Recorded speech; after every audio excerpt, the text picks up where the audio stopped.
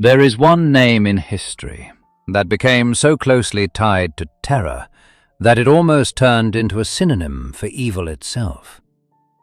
That name belonged to a man who committed some of the most horrific crimes England had ever seen. And he may have committed many more crimes we will never know about. The reason we don't know is because he escaped. Worse still, he never explained himself. No motive, no confession, no explanation. He left behind no real identity, no clear history, almost no trace at all. It was as if he were a ghost. But there was one moment, just once, when this killer chose to communicate.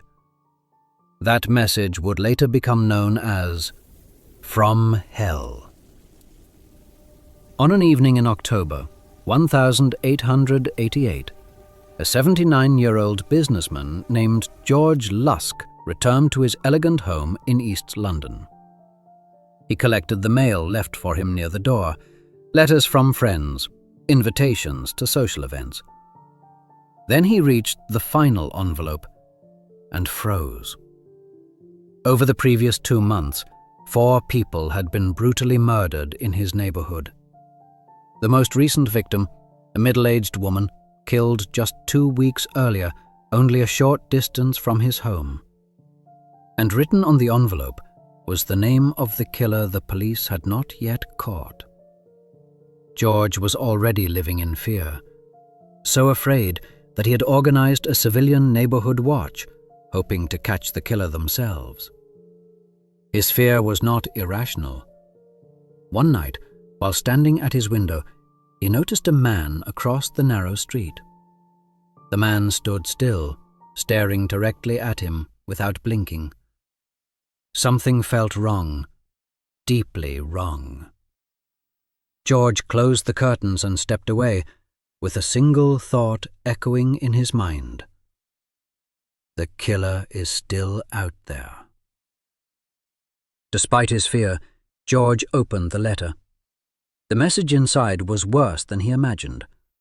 The writer mocked him, acknowledged the neighborhood patrol, and dismissed it completely. "I do what I want," the letter said. "I kill who I want, and no one can stop me."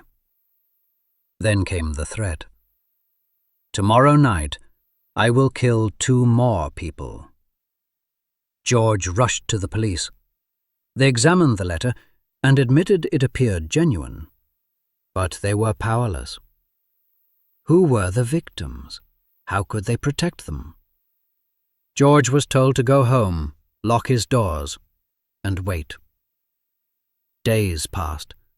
No murders, no headlines, no violence. George began to believe the letter had been a cruel joke. Then, 4 days later, he returned home. The mail was waiting, and on top of it, a small parcel wrapped in brown paper. With trembling hands, George opened it. Inside was another letter. Written on it, 2 words: From Hell. The truth soon emerged. The murdered woman from weeks earlier was missing a kidney. Inside the parcel was half of it. The letter claimed the other half had been eaten. This was a gift. To this day, this letter and this package remain the only confirmed communication from the killer himself. A man the world would forever know as Jack the Ripper. Still watching? Like the video, share it with your friends, and subscribe to Spooky Fairy Tales for more stories from the shadows.